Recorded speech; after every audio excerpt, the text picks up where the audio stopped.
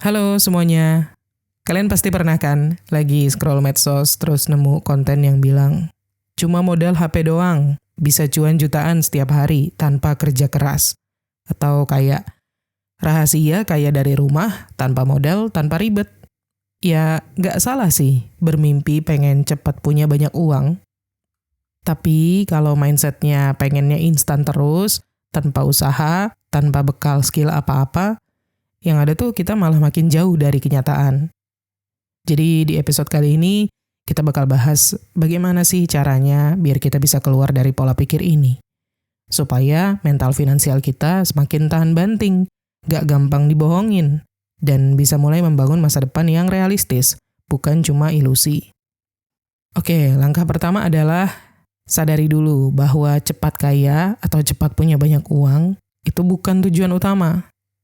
Kita sering banget dengar kalimat kayak, aku pengen deh cepat kaya biar bisa hidup enak. Tapi sebenarnya fokus ke cepat itu justru membuat kita jadi gampang kejebak keputusan yang gak rasional. Otak kita jadi buru-buru, pengennya semua instan, padahal dalam kehidupan nyata gitu ya, stabil dan cukup itu justru pondasi penting sebelum ngomongin kaya. Gimana bisa kita mengelola kekayaan yang besar kalau keuangan sehari-hari aja masih sering bolong? Coba pikirin kalau tujuan utama kalian cuma cepat kaya, cuma cepat punya banyak penghasilan, yang penting hasil aja pokoknya, kalian bakal cenderung pilih jalan yang kelihatannya wah, tanpa memikirkan risikonya. Tapi kalau fokusnya digeser menjadi aku mau pelan-pelan tapi aman, kalian bakal lebih hati-hati, lebih realistis, dan gak gampang ketipu sama janji manis. Next, langkah yang kedua, tingkatkan literasi keuangan dasar. Salah satu alasan kenapa banyak orang gampang kepincut sama janji cuan instan, ya karena belum ngerti tentang konsep dasar keuangan. Misalnya aja, kalian udah tahu belum bedanya aset sama liabilitas? Udah paham belum kalau return yang besar itu selalu sejalan sama risiko yang besar juga? Banyak orang yang bilang mau cuan, tapi nggak ngerti apa itu risiko. Bilangnya mau investasi, tapi nggak punya dana darurat. Nah ini yang bahaya. Karena waktu muncul tawaran modal 500.000 jadi 5 juta sebulan.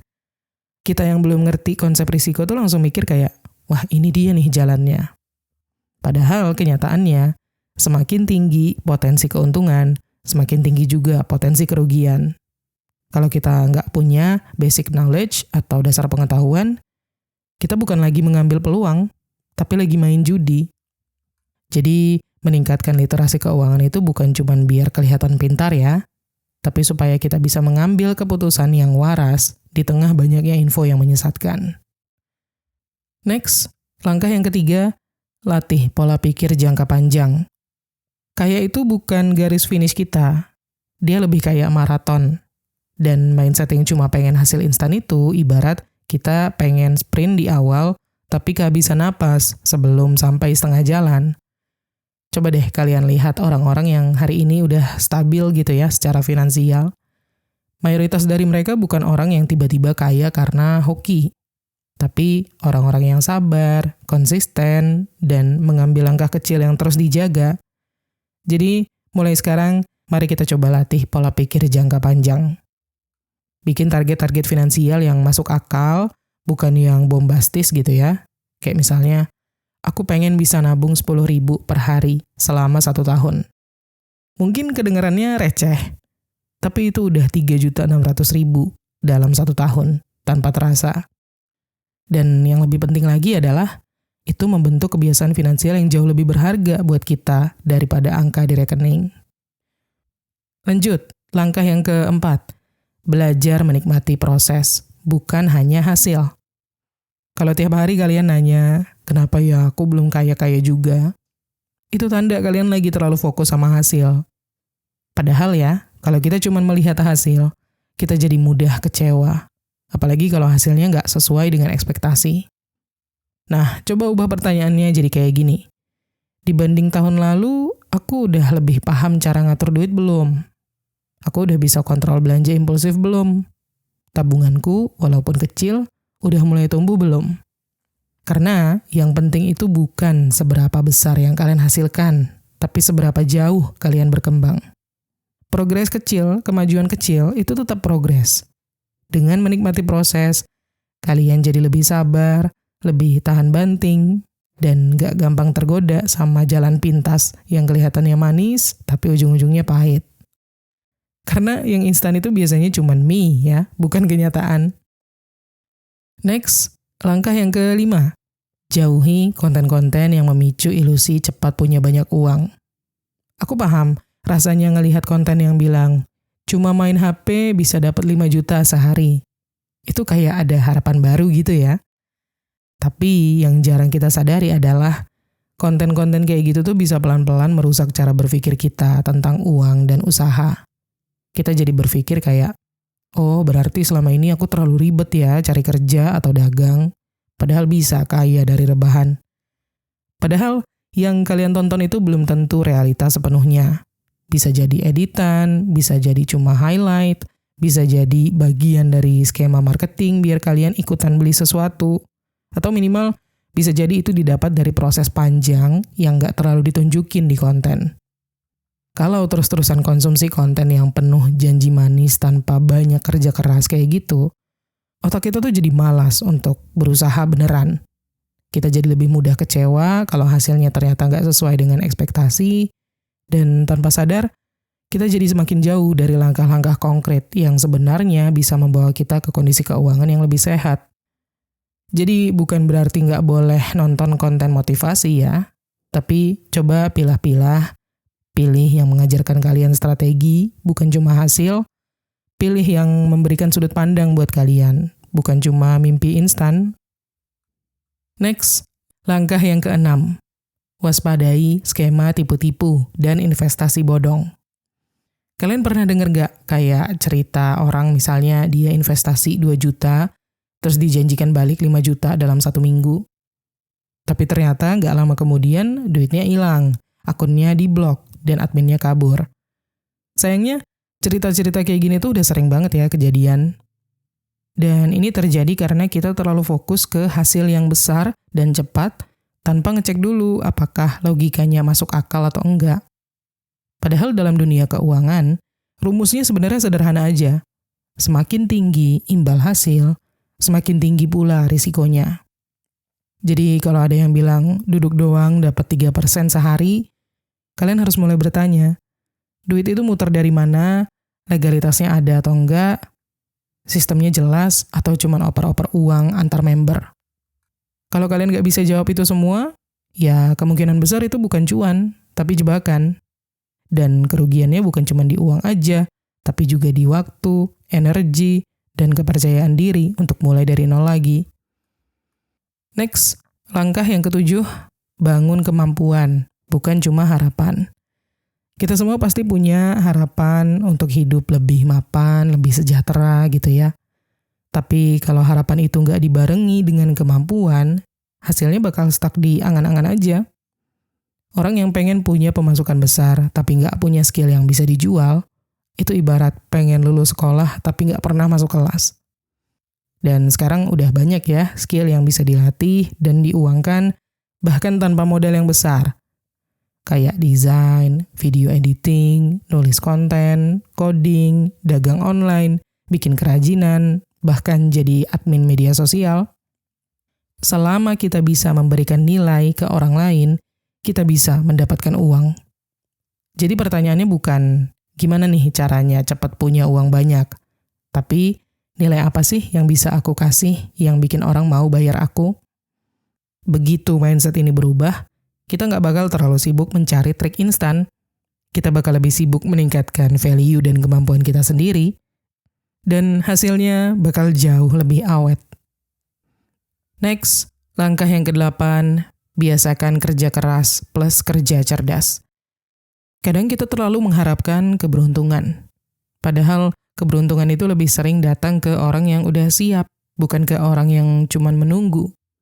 Banyak orang sukses yang kelihatannya beruntung, tapi sebenarnya mereka udah konsisten bangun pagi bertahun-tahun, kerja ekstra ketika orang lain rebahan, belajar hal baru waktu orang lain sibuk scroll-scroll media sosial. Kerja keras itu penting, tapi jangan lupa kerja cerdas juga.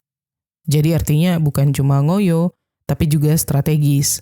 Ngelakuin hal yang berdampak, bikin sistem kerja yang efisien, nggak buang waktu di hal-hal yang nggak penting. Kadang kita ngerasa kerja keras itu harus kelihatan capek. Padahal kerja keras itu juga bisa berarti kita konsisten belajar satu skill setiap hari selama 30 menit, tanpa banyak drama. Karena pada akhirnya, orang yang sabar membangun pondasi hari ini, bakal punya bangunan finansial yang jauh lebih kuat besok-besok. Ketimbang mereka yang sibuk cari tangga untuk langsung loncat ke atas, tapi pondasinya nggak kuat. Next, langkah yang ke-9, mulai dari kebiasaan finansial kecil tapi konsisten. Seringkali kita ngerasa harus mulai sesuatu dari yang gede dulu baru bisa berhasil. Kayak misalnya, percuma nabung kalau gaji gue belum naik, atau ngapain nyatat pengeluaran, toh duit gue juga pas-pasan ini. Padahal justru dari hal-hal kecil itulah pondasi finansial kita dibangun. Coba deh bayangin kalian nabung 5.000 aja sehari. Kedengeran kecil banget ya. Tapi kalau kalian lakuin itu rutin selama 1 tahun, kalian bisa dapat hampir 2 juta. Dan yang lebih penting dari nominalnya itu sebenarnya kebiasaannya. Kalau kalian udah biasa menyisihkan uang, walaupun itu kecil, kalian jadi lebih siap waktu pemasukan kalian naik. Karena kalian udah terbiasa mengatur, bukan menghabiskan. Jadi ini tuh bukan soal seberapa besar langkah pertama kita, tapi soal kita jalan atau enggak. Kalau nunggu nanti pas udah punya pemasukan gede baru mulai, bisa-bisa nantinya itu nggak pernah datang. Next, langkah yang ke-10, pahami bahwa kekayaan sejati itu butuh pondasi. Kalian tahu nggak, banyak orang yang kelihatannya punya penghasilan besar, tapi tetap ngerasa selalu kurang? Itu bisa jadi salah satu faktornya adalah karena dia nggak punya pondasi keuangan yang kuat. Gajinya naik, gaya hidupnya ikut naik juga. Dapat bonus, langsung habis buat hal-hal yang sebenarnya nggak perlu. Nggak ada tabungan darurat, nggak punya kontrol diri, skill finansial juga minim. Akhirnya ya, pemasukan gede pun tetap bikin stres. Jadi sebelum kalian mikirin gimana caranya supaya cepat punya banyak uang, coba tanya dulu ke diri sendiri. Kalau uangku sekarang tiba-tiba dilipat gandakan, aku siap nggak buat ngelola itu semua? Kalau jawabannya belum siap, ya mungkin sekarang saatnya ngebangun pondasi dulu. Punya dana darurat walaupun sedikit, ngembangin skill biar bisa tambah penghasilan, dan juga rem belanja impulsif yang sebenarnya nggak penting. Bukan berarti harus sempurna dulu, tapi minimal udah ngerti pondasinya dan mulai secara bertahap. Lanjut, langkah yang ke-11, latih rasa cukup dan kendalikan FOMO. Zaman sekarang, kita lebih sering ngerasa kekurangan bukan karena nggak punya, tapi karena kebiasaan membandingkan. Lihat orang beli handphone baru, langsung pengen juga. Atau lihat temen liburan setiap bulan, langsung merasa bahwa hidup kita tuh boring. Padahal kita nggak pernah tahu apa yang sebenarnya terjadi di balik semua itu. Bisa jadi itu hasil utang, bisa jadi itu dibayar mahal dengan stres kerja. Dan kalau kita cuma ikut-ikutan tanpa paham kondisi pribadi orang lain, kita bisa jatuh di lubang yang sama. Rasa cukup itu bukan berarti puas dan berhenti berkembang. Tapi sadar bahwa kita bisa berkembang dengan tenang tanpa harus terus-menerus mengejar validasi dari luar. Belanja itu boleh, reward diri sendiri juga perlu. Tapi kalau setiap beli sesuatu cuma buat ngilangin rasa takut ketinggalan, yang kita bangun bukan kemajuan, tapi ketergantungan. Lanjut, langkah yang ke-12, belajar dari kisah nyata, bukan dongeng sukses. Memang kita semua suka ya sama cerita-cerita orang sukses. Tapi ya kadang sayangnya yang kita tonton dan dengar itu terlalu glorifikasi, terlalu berlebihan melampaui kenyataannya. Cerita suksesnya ditampilkan kayak sulap, kayak dulu saya 0, sekarang miliaran dalam 6 bulan. Masalahnya, bagian proses jatuh bangunnya tuh seringkali disensor. Kalau kalian terus-terusan nonton atau dengerin kisah yang cuman ngasih lihat hasil akhir, kalian bisa merasa gagal karena kalian nggak bisa cepet-cepet sampai di situasi kayak mereka. Padahal orang yang benar-benar sukses itu biasanya punya cerita yang nggak glamor, Kayak misalkan gagal buka usaha pertama, atau pernah kena tipu, atau pernah kerja serabutan sambil belajar skill. Justru dari kisah-kisah nyata yang jujur tentang proses, dari situ kita bisa belajar banyak. Kita jadi sadar bahwa kesuksesan itu bukan hal yang instan. Dan kalau kita lagi jatuh, itu bukan berarti kita nggak cocok untuk sukses. Tapi memang semua orang harus melewati fase itu juga. Jadi coba kurasi cerita yang kalian konsumsi, cari yang membumi, bukan yang cuma memukau. Next, langkah yang ke-13. Cari support system yang sehat secara finansial. Lingkungan kita itu sangat berpengaruh sama pola pikir kita. Kalian mungkin gak sadar, setiap obrolan sehari-hari di tongkrongan bisa menentukan gimana cara kalian melihat uang. Kalau circle atau lingkungan kalian itu isinya orang-orang yang doyan pamer hasil, tapi gak ceritain prosesnya, lama-lama kalian juga jadi ikut-ikutan pengen hasil yang instan. Tapi kalau kalian dikelilingi sama orang-orang yang down to earth, terbuka soal susahnya mengatur keuangan, dan saling kasih masukan yang realistis, mindset kalian juga bakal pelan-pelan berubah. Cari teman-teman ngobrol yang ngajak diskusi soal gimana cara ngatur pengeluaran biar bisa nabung, cara mulai usaha kecil-kecilan, gimana caranya mencari cuan tambahan yang etis dan realistis gitu ya. Kalian juga bisa follow channel-channel atau podcast ataupun akun-akun yang edukatif, tapi tetap obrolan yang jujur. Bukan yang bikin kalian ngerasa gagal karena belum punya banyak uang, tapi yang mengajarkan bahwa perjalanan setiap orang itu beda-beda dan proses itu penting. Karena support system yang sehat itu kayak kompas. Bisa bantu kita tetap berada di jalur saat kita goyah dan bikin kita nggak ngerasa sendirian waktu jalan pelan-pelan. Lanjut, langkah yang ke-14, tentukan tujuan keuangan yang jelas dan rasional. Kadang kita pengen punya pemasukan yang besar, tapi nggak tahu buat apa. Ujung-ujungnya, pas ada uang lebih malah bingung, terus habis begitu aja. Makanya penting banget untuk punya tujuan keuangan yang jelas dan relevan sama kondisi kita saat ini.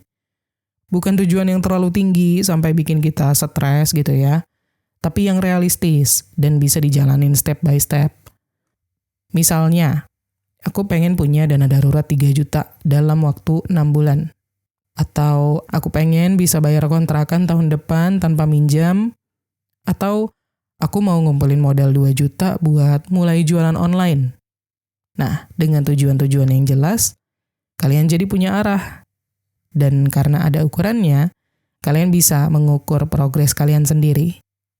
Jadi bukan cuma nunggu cuan gede datang dari langit, tapi kalian tahu kenapa kalian butuh uang itu dan bagaimana cara mendapatkannya secara masuk akal. Tanpa tujuan yang konkret, kalian jadi gampang terdistraksi. Bisa aja duitnya udah ada, tapi malah dipakai buat hal-hal lain yang gak penting. Cuman karena kalian gak tahu prioritasnya. Dan langkah yang ke-15, tanamkan prinsip hasil besar sama dengan tanggung jawab besar. Banyak orang mikirnya kayak, seandainya aku tiba-tiba dapat uang 1 miliar. Tapi yang jarang dipikirin adalah, kita siap nggak sih menanggung tanggung jawab dari uang sebanyak itu? Karena semakin besar hasil yang kita pegang, makin besar juga tanggung jawabnya. Gimana cara mengelola biar nggak cepat habis, gimana cara ngembangin, bukan sekedar nikmatin, gimana cara menjaganya supaya nggak dimanfaatkan orang lain, dan yang paling penting, gimana caranya biar tetap waras dan gak lupa diri. Kalau mental kita belum siap, pengetahuan juga belum cukup, dan kebiasaan keuangan masih berantakan, uang yang banyak itu malah bisa jadi beban. Gak sedikit kan orang yang tiba-tiba dapat warisan, atau dapat kompensasi ganti untung dari pembebasan lahan misalnya, atau menang undian, atau viral, terus dapat banyak uang, tapi akhirnya mereka jatuh juga karena nggak siap mengelola semuanya. Jadi lebih baik pelan-pelan naik sambil dibarengi sama tumbuhnya tanggung jawab dan skill. Daripada cepat kaya, cepat dapat pemasukan yang besar, tapi mental kita belum kuat, dan akhirnya malah balik lagi ke titik nol. Intinya, semakin kita paham proses, semakin kecil kemungkinan kita untuk terjebak mimpi palsu. Kaya itu bukan sulap. penghasilan yang besar itu nggak instan, tapi hasil dari kebiasaan kecil yang dijaga terus. Gimana, kalian setuju nggak? Silakan komen di bawah ya kalau kalian mau nambahin tips lain. Oke, segitu dulu untuk episode kali ini. Semoga bermanfaat dan terima kasih udah nonton. Kita ketemu lagi di Menuju Kekayaan episode berikutnya.